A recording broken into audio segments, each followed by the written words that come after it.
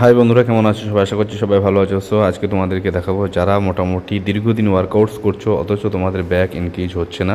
তো তাদেরকে একটাই কথা বলবো যে তোমরা একই রকমভাবে প্রতিদিন, মানে সপ্তাহে যদি একদিন ব্যাক ওয়ার্কআউট করো বা দুদিনে ওয়ার্কআউট করো, তো তোমরা একই রকম ওয়ার্কআউটস করো।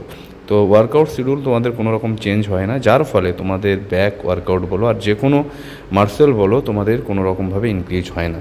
সো আজকে তোমাদেরকে এফেক্টিভ তিনটি ব্যায়াম দেখাবো, যে ব্যায়ামগুলি দেখার পরে তোমরা তোমাদের ওয়ার্কআউট শিডিউলে অ্যাড করে নেবে এবং একদিন মেরে দেখো যে কতটা পরিমাণে পাম্প হতে পারে। যেখানে আমি তোমাদেরকে দেখাচ্ছি যে ওয়ান হ্যান্ড ডাম্বেল রোর জায়গায় আমি এখানে ওয়ান হ্যান্ড কেবিল রো এখানে পারফর্ম করছি।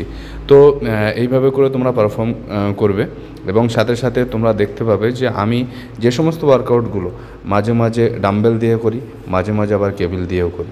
তো এইরকমভাবে তোমাদের চেঞ্জ করে করে মাঝে মাঝে ওয়ার্কআউটসগুলি করতে হবে। তো এইভাবে যদি চেঞ্জ করে করে আমরা ওয়ার্কআউটস করি তাহলে আমাদের মাসেলগুলো ডেভেলপ হতে অনেক সুবিধা হবে। তো তোমরা দেখতে পাচ্ছ যে কীভাবে আমি রিপিটেশনটা আর পারফর্মটা করছি, মানে রেঞ্জ অফ মোশনটা কীভাবে যাচ্ছে। তো এই দিকটা আমাদেরকে ফলো করতে হবে। আর সবথেকে বড় জিনিস হচ্ছে মাইন্ড মার্সেল। মাইন্ড যদি ঠিকঠাক না থাকে তাহলে কিন্তু তোমাদের ঠিকঠাক মার্সেল হতে মানে খুব প্রবলেম হবে। সাথে সাথে তোমাদের প্রপার একটা ডায়েট লাগবে এবং সাথে সাথে আর একটা কথা বলি, যখন তোমরা কোনো মার্সেলকে টার্গেট করবে সেই মার্সেলকে টার্গেট করার সাথে সাথে তোমাদের মাইন্ড থেকে শুরু করে বডি পর্যন্ত সমস্ত কিছু যেন অ্যাক্টিভ থাকে। তো অ্যাক্টিভ থাকার জন্য আমাদেরকে প্রথমে কী করতে হবে, ব্যাক ওয়ার্কআউটস করো আর তোমরা লেগ ওয়ার্কআউটস করো। প্রথমে গিয়ে আমি কিন্তু ডেড লিফটটা মেরে নিই, সেটা অল্প ওয়েট দিয়ে আমি রিপিটেশন বেশি মারি। যখন বেশি ওয়েট দিই তখন রিপিটেশন কম মারি।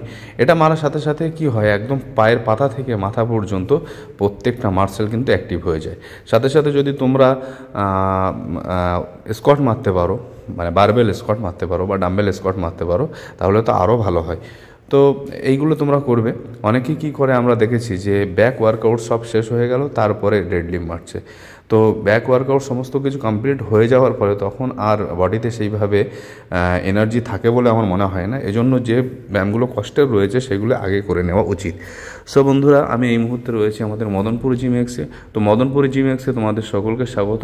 তো আমি এখানেই ওয়ার্কআউটস করি এবং ওয়ার্কআউটস করাই, সমস্ত কিছুই আমার এখানেই। তো বন্ধুরা, তোমরা যারা মদনপুরে আশেপাশে আছো অবশ্যই তোমরা জিমটাকে ভিজিট করো এবং দেখো, আমাদের সঙ্গে কথাবার্তা বলে এবং একবার ওয়ার্কআউটস করে দেখো কিভাবে তোমাদের বডিটা ইনক্রিজ হয়।